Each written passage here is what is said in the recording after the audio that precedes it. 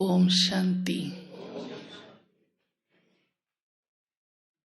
प्यारे बाबा, हम बच्चों की अवस्था स्थिति बहुत अच्छी स्थायी देखना चाहते हैं।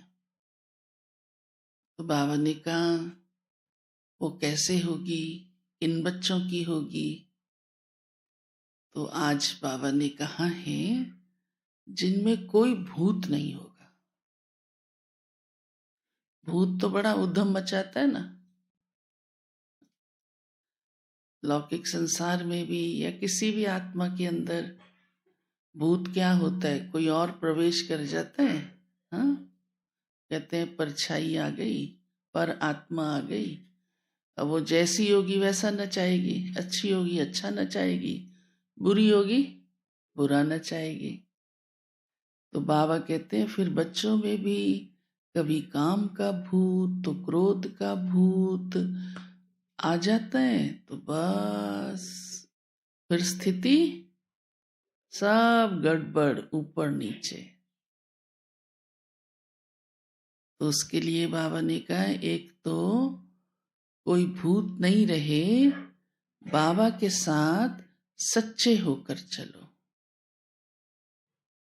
सच्चाई से चलो।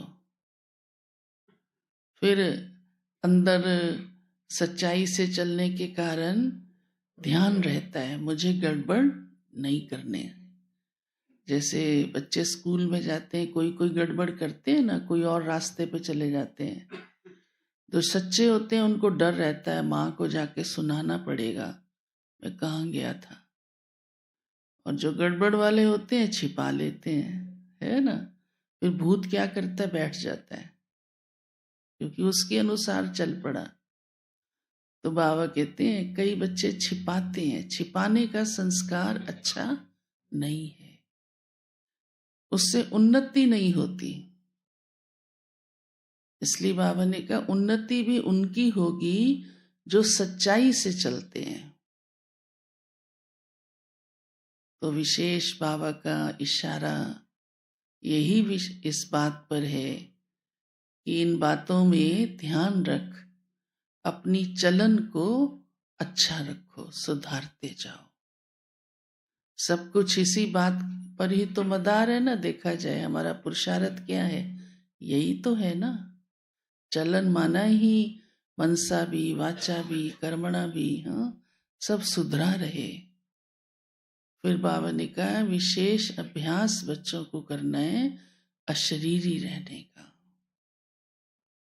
तो जितना अशरीरी होते हैं ना, फिर कोई भूत नहीं आता, क्योंकि भूत का जो जड़ है, जहाँ उसको प्रवेश की हिम्मत रहती है, वो उसका कारण है देह अभिमान। जैसे व्यर्थ चिंतन भी भूत ले आता है ना, वो भूत भी जो प्रवेश करते हैं वो वहां ही ज्यादा करते हैं जहाँ इस प्रकार की नेगेटिविटी होती है। कोई भी जहाँ पॉजिटिविटी होती है वहां उनकी हिम्मत नहीं होती है। पर बाबा हम बच्चों को तो इतना ऊंचा बना रहा है कि देह के भान से ही न्यारे हो जाए, तो कोई भी प्रकार की उल्टी बातें आएंगी ही नहीं।